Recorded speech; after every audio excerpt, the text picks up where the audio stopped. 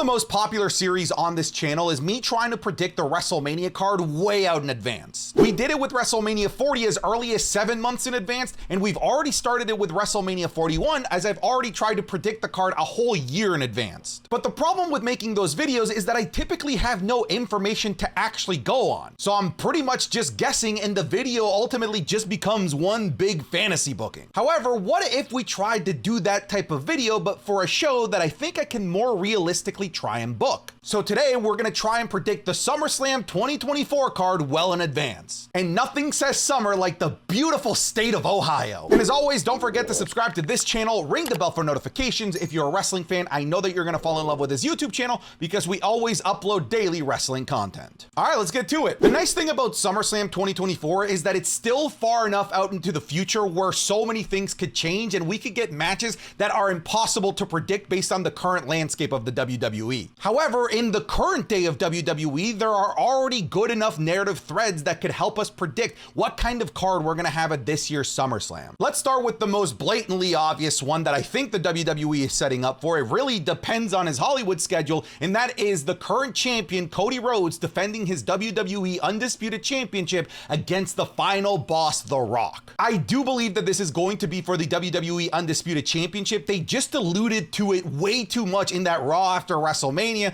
with The Rock wanting to feel Cody's title, saying that the title looks good on him, etc., etc. It was a weird segment. And in the build-up to WrestleMania 40, it was so clear that at some point or another, we were gonna have to get Cody Rhodes versus The Rock. It's the match, it's the feud that makes sense for both men, honestly. Because if The Rock is intending to come back to the WWE, and that appears to be the case because, well, he said as much, and on top of that, he's a big stake owner in TKO and a major figure in WWE's political sphere as well. There are only really two people that make sense for him to have singles matches with. One being Cody Rhodes, because they've set this up for the better part of the first portion of 2024, but also his cousin Roman Reigns. But let's face it, The Rock versus Roman Reigns, that's gonna happen, but it's not a SummerSlam match. That's a WrestleMania worthy match. To be frank, this right here, Cody Rhodes versus The Rock, is also a WrestleMania worthy match, but I think we need to reserve that for The Rock and Roman Reigns. Especially if Roman Reigns is gonna be coming back as a babyface and The Rock stays as the final boss and continues to be this maniacal, tyrannical version of himself. It would just be too good. But in the meantime, I do think that a feud between Cody Rhodes and The Rock is like the most obvious thing that we can do to headline that big show at SummerSlam. Does it need the title? In my opinion, yes, it does. The star power is there to warrant not needing the title, but how they've set things up, the reason why Cody Rhodes is even in the place that he is in the first place is because he has that undisputed championship. Otherwise, The Rock has no reason to go after him aside from what he beat Roman. Maybe they could tell a story of The Rock trying to regain the legacy of the bloodline by beating the guy that beat the tribal chief, but I think at this point this is going to be about gold. It's going to be about the prestige of the WWE Championship. And yes, in all of the matches that I have here, this would easily be the main event. I don't think that you could come up with a match that's bigger than Cody Rhodes versus The Rock. Next up, we have a match that seems to be destined to happen at some point or another, but it also seems like Destiny doesn't want this to happen at any place aside from SummerSlam. Because as of the making of this video, we seem to be getting a weekly feud, a weekly segment between CM Punk and Drew McIntyre. If they're both there, we get a segment with the both of them. If only one of them is there, we get a segment with them talking about the other person. So it is destiny that these guys are going to face off against one another. However, it seems to be like that same destiny is the destiny that's making it so that this doesn't happen until farther out into the future, like a show at SummerSlam. CM Punk has a ruptured tricep that he's still recovering from, and Drew McIntyre has an injured elbow as well. So they literally cannot wrestle for the foreseeable future. And I think that's gonna end up being a blessing in disguise, because I don't think that this match warranted a place like Backlash, Money in the Bank.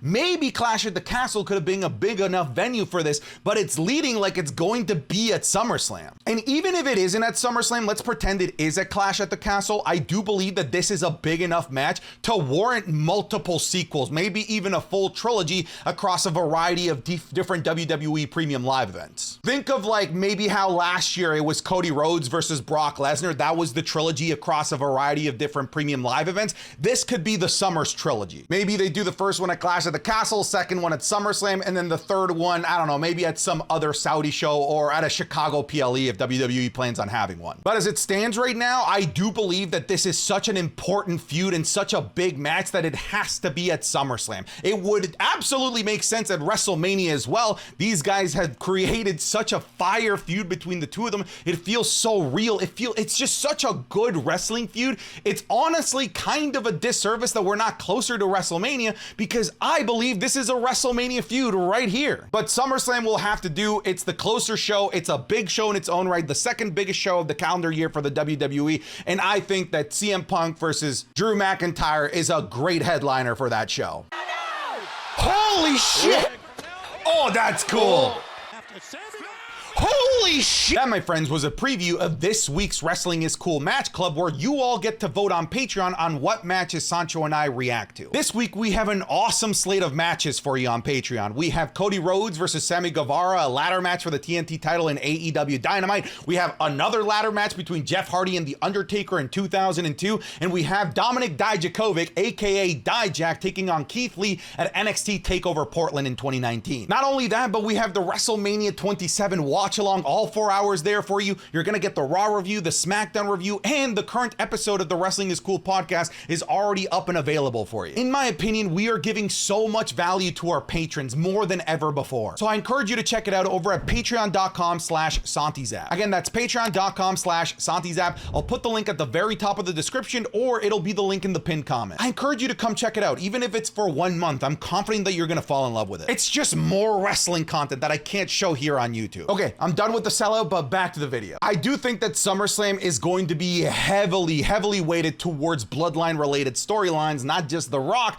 but also the Tribal Chief 2.0 Solo Sikoa and the OG Tribal Chief Roman Reigns. And I do believe that this power struggle between Roman Reigns' version of the bloodline, Solo Sikoa's version of the bloodline, the decisions that each of them want to make are ultimately going to come to head. And I do think that a good place to have this match, a good place for the in-ring return of the Tribal Chief Roman Reigns, would be SummerSlam. Again, I think you can make the case for maybe Roman coming back to face The Rock, but that's so far out, and that can only happen at WrestleMania, in my opinion. I don't think that SummerSlam is a big enough venue for The Rock versus Roman Reigns. But this right here is a huge match as well, with major storyline implications moving forward all the way through to the rest of the year and into WrestleMania season as well. For this to really feel special, the WWE needs to continue to do what they're doing with Solo Sikoa, which is to make him into a legitimate badass, to make him into a legitimate heir apparent to Roman Reigns, and have him be the guy that fully takes over the bloodline. I love the idea of him continuing to recruit people into the bloodline without considerations from Roman Reigns or from the wise man Paul Heyman. I think all of these things will ultimately come to a head at SummerSlam, with the Tribal Chief coming back saying, "What the hell are you doing? I'm the Tribal Chief. I'm the one who makes the calls around here." I could maybe also see a world where it's like Bloodline 1 versus Bloodline 2, but I think that might be better served for Survivor Series War Games. But I think that the first match should be a singles match between these two. Logan Paul is literally the poster child of this year's SummerSlam. It's happening in his home state, and SummerSlam even got announced on his own podcast. I wouldn't be surprised if we have the Prime logo in the middle of the SummerSlam ring as well. Actually, now that I think about it, that's guaranteed, right? They said that Prime is going to be the premium live event sponsor of every WWE show. I'm pretty sure that's what I'm remembering. So because Logan Paul and his brand of Prime is going to be so important for SummerSlam, I do believe that Logan Paul is going to have a huge match. And honestly, I think it's between 3 guys. I ultimately ended up going with LA Knight because this is the match that everyone's been clamoring for the better part of an entire year at this point. I debated between doing Logan Paul versus John Cena. I debated doing Logan Paul versus Randy Orton, but I do think that this just makes sense in terms of the current landscape of the WWE. However, if you were to tell me, hey, we're gonna do Logan Paul versus Cena or Logan Paul versus Randy Orton instead, look, okay, fine. I will be okay with it, even though I'd like it to be LA Knight. Part of the reason why I'm going with this feud right here instead of some other big name for Logan Paul is the fact that they've decided to keep LA Knight on Friday Night SmackDown, a decision that at first glance to me didn't really make sense. I felt like he was better off on Monday Night Raw, where he could get more chances to be on TV.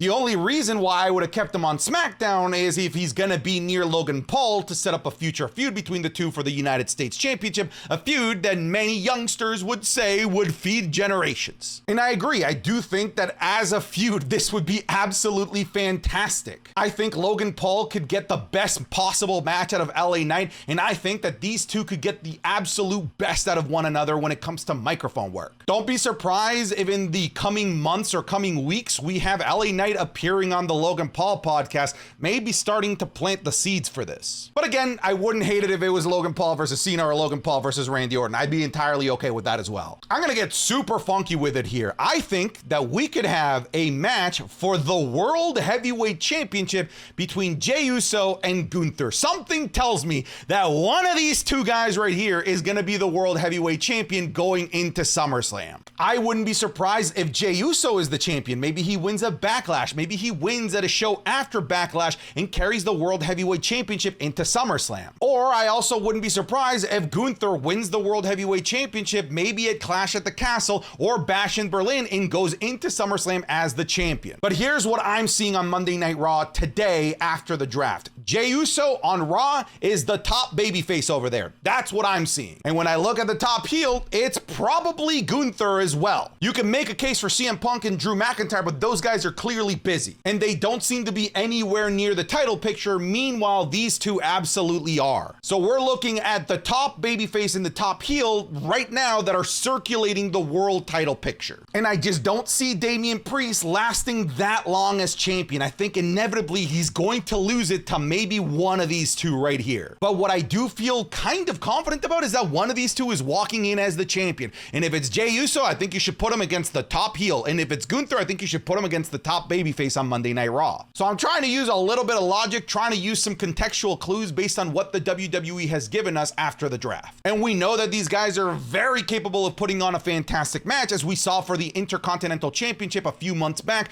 where Jimmy Uso cost Jey Uso the championship again. So there's still unfinished business here. I do believe that they could put on a banger of a match. Again, there's a lot of unknowns, but if these unknowns end up going the way that we hope that they do, then we could potentially get Rhea Ripley versus Liv Morgan at SummerSlam for the WWE Women's World Championship. What I'm seeing in the landscape of the WWE today is that Becky Lynch is holding this championship to help elevate prestige for when somebody like Liv Morgan wins the championship from her. And even as Becky Lynch is the champion, they're setting up Liv Morgan to continue to do more things that will hurt Rhea Ripley in the long run, maybe like stealing Dominic Mysterio. So if Rhea Ripley is able to come back from this injury that we don't really have too much information about, if she's able to come back by SummerSlam, she could come back to a WWE where Liv Morgan has taken her world championship that she never lost and has taken her Dom Dom. Just taking Dom Dom alone is worthy of putting that match at WrestleMania, but SummerSlam will do. Again, this all hinges on Rhea Ripley's timetable to return from this injury, but if she does return for SummerSlam, this is just too perfect of a match.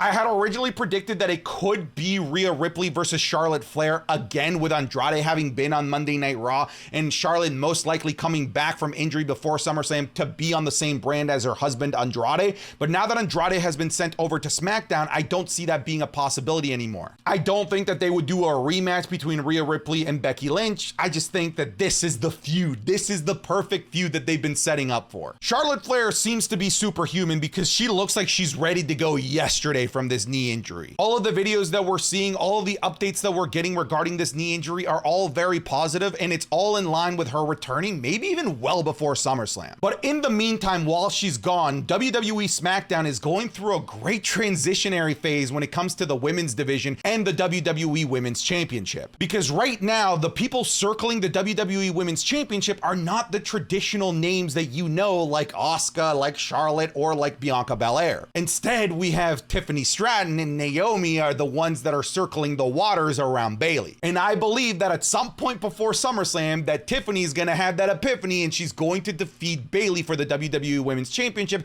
and carry the title into SummerSlam. And if you're trying to really cement the next generation of women's wrestling like you have with Rhea Ripley, who's still in her 20s, you can start to do the same thing with Tiffany Stratton by having her defeat a 4-horsewoman to win the WWE Women's Championship and then and defeat the tippity top of the 4 horsewomen in Charlotte Flair to retain it all within a matter of like 3 months. So you would really be stamping and laminating Tiffany Stratton as like the next it thing in the WWE. And if Tiffany Stratton is able to defeat Bayley for the WWE Women's Championship and maybe at her later PLE is able to retain, and Bianca Belair and Jade Cargill are busy with the women's tag team titles, I don't see anyone else aside from a returning Charlotte that could challenge Tiffany Stratton for a match that's worthy of a major stage like SummerSlam. I have 0 narrative threads to get us here, but just hear me out, okay? For SummerSlam, I have Chatty Daddy Chad Gable going in as Intercontinental Champion, defending against the challenger Braun Breaker. It's very clear that Braun Breaker is made for big things in the WWE and that he's going to be winning gold likely in his rookie year in the WWE. I don't think that he's going to be winning world titles a la Brock Lesnar, but I do see the Intercontinental Championship as a very likely possibility. And when I see the current Intercontinental Championships landscape, there's Sami Zayn, there's Bronson Reed, but then there's the biggest heel of them all right now in Chad Gable. Chad Gable could potentially go into SummerSlam as the Intercontinental Champion,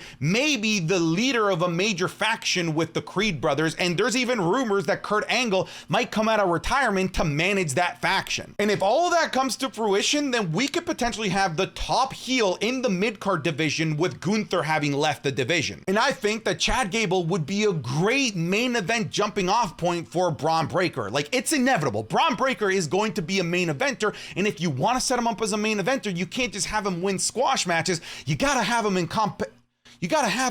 in competitive matches as well, and I think that this would be a fantastic competitive match for him. I'm kind of showing my hand here because if this match does happen, I do think that Braun Breaker would walk out as the Intercontinental Champion. Again, I don't have the narrative thread to get us here right now, but when I look at the landscape of Raw and I look at the people that could be part of the Intercontinental Championship picture, I think it's these two right here. Look, I got nothing tying us to this, but I mean, if you have Ilya Dragunov and Seth Rollins on the same card, appearing on the same show every Monday night, you gotta do something with them together at some point. I don't know if it's one of them being heel or maybe it's just a match to prove who's the best. It could be babyface versus babyface. We've seen that from Seth Rollins and we've seen that style of match from Ilya Dragunov as well. So I wouldn't be surprised if it happens at some point this year. Another very plausible option for Seth Rollins is for him to be immediately plunked back into a feud with Drew McIntyre, CM Punk in the World Heavyweight Championship, but I feel like that's better served for a little bit later down the line. I think in the meantime, we should reintroduce Seth Rollins to the main roster by having him have a potential 5-star banger with Ilya Dragunov. Not every match here needs to be for a title. We can just have a match to determine who's the better man in the ring, and I don't think that it gets better than Ilya Dragunov and Seth Rollins for that type of match. Again, there's nothing connecting us to this right now, but I don't think that it's crazy to predict this because, again, they're both on the same show. So